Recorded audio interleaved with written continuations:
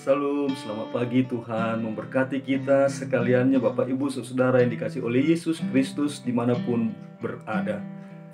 Sebelum kita mendengarkan renungan firman Tuhan pada pagi hari ini, mari kita bersama-sama memohon kekuatan dan berkat yang daripada Tuhan. Kita berdoa. Terima kasih ya Tuhan Allah yang agung dan mulia atas berkat kehidupan yang Tuhan anugerahkan bagi kami pagi hari ini. Sebentar ya Tuhan, sebelum kami melakukan berbagai aktivitas dan pekerjaan kami sepanjang satu hari ini, kami ingin dikuatkan dan dimampukan oleh Tuhan melalui firman-Mu yang akan kami dengarkan dan renungkan. Berkati firman-Mu dan hati kami Tuhan boleh menjadi tanah yang subur, di mana benih firman Tuhan berakar, bertumbuh dan berbuah dalam kehidupan kami. Di dalam nama Yesus Kristus Tuhan, kami berdoa kepadamu. Amin. Firman Tuhan bagi kita pada pagi hari ini terambil dari Injil Lukas pasal ke-6, ayatnya yang ke-38. Demikian firman Tuhan. Dengan perikop hal menghakimi. Berilah dan kamu akan diberi suatu takaran yang baik, yang dipadatkan, yang digoncang dan yang tumpah keluar akan dicurahkan ke dalam ribaanmu. Sebab ukuran yang kamu pakai untuk mengukur akan diukurkan kepadamu.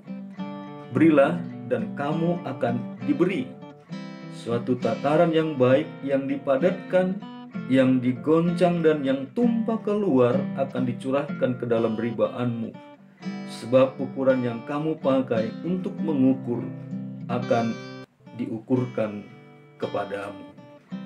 Bapak Ibu Saudara yang dikasihi oleh Yesus Kristus Tuhan, sebelum kita merenungkan firman Tuhan ini lebih jauh, mari kita dengarkan cerita bermakna kalung mutiara.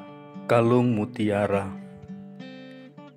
Jenny, seorang gadis cantik berusia 5 tahun, memiliki mata yang indah. Suatu hari, ia dan ibunya sedang berbelanja bulanan. Jenny melihat sebuah kalung mutiara tiruan. Indah, meskipun harganya hanya $2,5. Ia sangat ingin memiliki kalung tersebut. Ia mulai merengek kepada ibunya. Akhirnya, sang ibu setuju dan berkata, "Baiklah, anakku. Namun, ingat bahwa meskipun kalung itu sangat mahal, ibu akan membelikannya untukmu. Nanti sesampai di rumah, kita buat daftar pekerjaan yang harus kamu lakukan sebagai gantinya. Biasanya kan nenek selalu memberimu uang pada hari ulang tahunmu. Itu juga harus kamu berikan kepada ibu." "Oke," kata Jenny setuju. Mereka lalu membeli kalung tersebut. Setiap hari, Jenny dengan rajin mengerjakan pekerjaan yang ditulis dalam daftar oleh ibunya.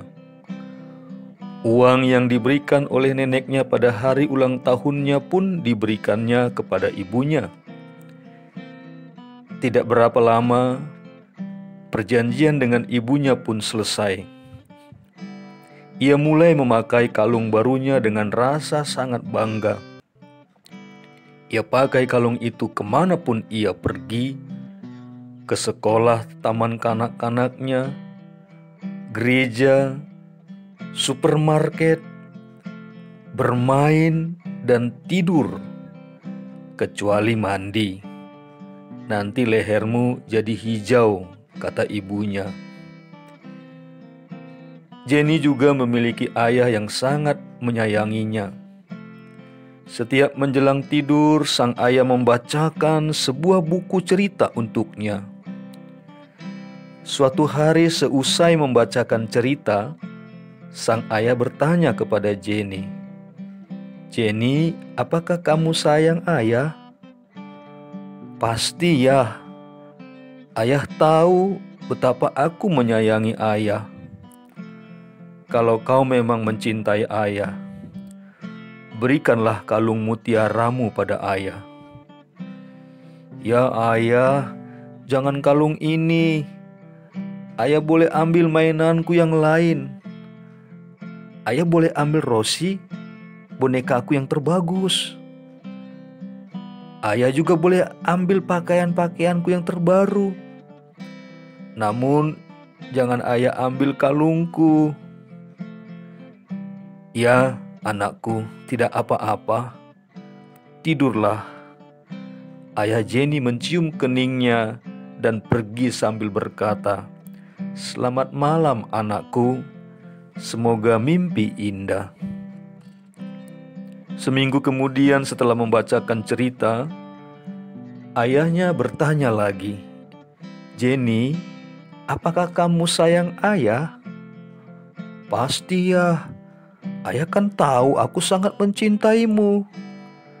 "Kalau begitu, boleh ayah minta kalungmu?" "Ya, jangan kalungku dong. Ayah ambil ribbons, kuda-kudaanku. Ayah masih ingat kan? Itu mainan favoritku. Rambutnya panjang dan lembut.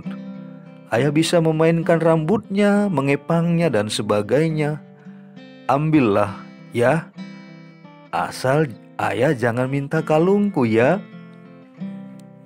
"Sudahlah, nak, lupakanlah," kata sang ayah. Beberapa hari setelah itu Jenny terus berpikir, kenapa ayahnya selalu meminta kalungnya dan bertanya apakah ia sayang padanya atau tidak. Beberapa hari kemudian ketika ayahnya membacakan cerita, Jenny duduk dengan resah. Ketika ayahnya selesai membacakan cerita, dengan bibir bergetar ia mengulurkan tangannya yang mungil kepada ayahnya sambil berkata, "Ayah, terimalah ini." Ia lepaskan kalung kesayangannya dari genggamannya. Ia melihat dengan penuh kesedihan. Kalung tersebut berpindah ke tangan sang ayah.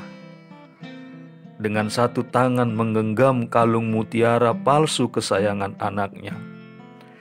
Tangan yang lainnya mengambil sebuah kotak beludru biru kecil dari kantong bajunya. Dalam kotak itu terletak seuntai kalung mutiara asli, sangat indah dan mahal. Ia telah menyimpannya begitu lama untuk anak yang dikasihinya. Ia menunggu dan menunggu agar anaknya mau melepaskan kalung mutiara plastiknya yang murah sehingga dapat memberikan kepadanya kalung mutiara asli. Demikianlah kisah bermakna kalung mutiara. Selama kita masih menggenggam erat-erat hal yang kita miliki, kita tidak bisa menerima apapun yang belum kita miliki, karena tangan kita sudah penuh. Xavier Quentin Pranata. Anda tentu pernah mendengar kisah dua danau, yaitu Galilea dan Laut Mati. Danau pertama adalah danau yang airnya mengalir dengan dipenuhi ikan dan binatang air lainnya. Tanah di sekitarnya pun subur sehingga banyak ditanami tanaman. Sebaliknya, kadar garam Laut Mati begitu tinggi sehingga tidak ada makhluk hidup di sana. Mengapa? Karena airnya tergenang. Air yang mengalir membuat danau Galilea mendapatkan pasokan air segar untuk menggantikan yang lama. Demikian juga dengan kita. Apakah Anda pernah mencek isi lemari Anda dan secara periodik memberikannya kepada orang lain yang membutuhkan? Atau Anda menyimpannya sekian lama untuk diri sendiri dan akhirnya tidak cukup? Kapan terakhir Anda berbagi sehingga Tuhan menggantikan yang kita bagikan dengan yang jauh lebih baik. Sekali lagi, kapan terakhir Anda berbagi sehingga Tuhan menggantikan yang kita bagikan dengan yang jauh lebih baik? Firman Tuhan pada pagi hari ini ingin mengingatkan kita betapa pentingnya hidup berbagi, agar hidup kita ini terus diisi dengan hal-hal yang baru, berkat yang daripada Tuhan. Kita harus memberi kepada mereka yang membutuhkan pertolongan sesuai dengan hukum kasih. Allah sendiri akan mengukur pemberian kita, dan sebagai imbalannya Ia akan memberi kepada kita. Ukuran berkat dan pahala yang kita terima akan sebanding dengan kepedulian kita dan pertolongan yang kita berikan kepada orang lain. Camkanlah ini: orang yang menabur sedikit akan menuai sedikit juga, dan orang yang menabur banyak akan menuai banyak juga. 2 Korintus pasal ke-9 ayatnya yang ke-6. Bapak Ibu Saudara yang dikasihi oleh Yesus Kristus Tuhan, kecenderungan kita adalah melakukan yang baik kepada yang melakukan kebaikan, dan menuntut orang melakukan kebaikan terlebih dahulu kepada kita. Orang Kristen harus bersikap sebaliknya, berinisiatif berbuat baik dan tetap melakukannya, sekalipun kepada yang melakukan kejahatan. Sikap ini hanya bisa dimiliki orang yang telah mengalami kasih Kristus dan tahu bagaimana mengasihi sesamanya. Ketika kita melepaskan apa yang kita miliki, kita akan mendapatkan yang lebih berarti dan berharga. Demikianlah anak perempuan yang memiliki kalung mutiara yang tidak asli ini. Ketika dia ditanya oleh ayahnya, "Apakah engkau mengasihi aku? Apakah kamu sayang ayah?" Sampai kemudian hatinya mulai gelisah dan berpikir, "Mengapa ayah menanyakan hal itu kepada aku?" Dan kemudian dia mendapatkan sesuatu surprise, kejutan, ketika dia dengan rela, walaupun dengan hati yang sedih, menyerahkan kalung mutiara palsu itu kepada ayahnya. Ia lepaskan kalung kesayangannya dari genggamannya, namun dia mendapatkan kalung mutiara yang asli, pemberian ayahnya yang sudah dipersiapkan begitu lama oleh sang ayah. Bapak Ibu Saudara yang dikasihi oleh Yesus Kristus Tuhan, saya memiliki sebuah pengalaman yang sungguh-sungguh menggugah saya. Bagaimana hidup yang memberi itu boleh terjadi dalam kehidupan kita. Di suatu saat ketika saya makan di sebuah rumah makan yang baik, seorang pelayan menuangkan air minum ke gelas di depan saya. Namun ketika saya meminum air di dalam gelas itu, dan air di dalam gelas itu sudah mulai kosong, sang pelayan datang kembali untuk mengisi air di gelas saya yang sudah mulai kosong. Itulah makna memberi. Bagaimana kita boleh mempergunakan apa yang sudah diberikan oleh Tuhan dalam hidup dan kehidupan kita. Kita mempergunakannya untuk diri kita dan juga untuk orang lain. Maka gelas yang sudah mulai kosong akan diisi kembali oleh Tuhan. Demikianlah juga hidup kita ini. Ketika kita mempergunakan apa yang ada di dalam kehidupan kita, maka Tuhan sedia, Tuhan menanti, Tuhan melihat dan Tuhan siap sedia untuk memberikan hal-hal yang lain yang lebih baik lagi di dalam hidup dan kehidupan kita. Karena itu Bapak Ibu sesudah dikasih oleh Yesus Kristus Tuhan, mari pergunakan setiap pemberian Tuhan di dalam kehidupan kita untuk sungguh-sungguh menyenangkan hati Tuhan. Tuhan senantiasa melihat, Tuhan senantiasa menantikan respon kita untuk pertanyaan, apakah engkau mengasihi aku? Apakah engkau menyayangi aku? Ketika kita sadar dan diingatkan oleh pertanyaan-pertanyaan ini hari demi hari, hati kita gelisah dan hidup kita berubah. Maka dengan kesediaan, dengan kerelaan, mari pakailah, berikanlah berkat yang Tuhan titipkan dalam kehidupanmu. Selamat merenungkan firman Tuhan ini. Selamat memakai setiap berkat Tuhan. Dan nantikanlah bagaimana Tuhan berkarya. Tuhan menambahkan apa yang perlu untuk pekerjaan kerajaannya. Amin. Kita bersatu di dalam doa. Terima kasih Bapa dalam surga. Kami sungguh-sungguh bersyukur kepadamu akan firman-Mu yang mengingatkan kami bagaimana kami harus mempergunakan setiap kesempatan dalam hidup dan kehidupan kami ini.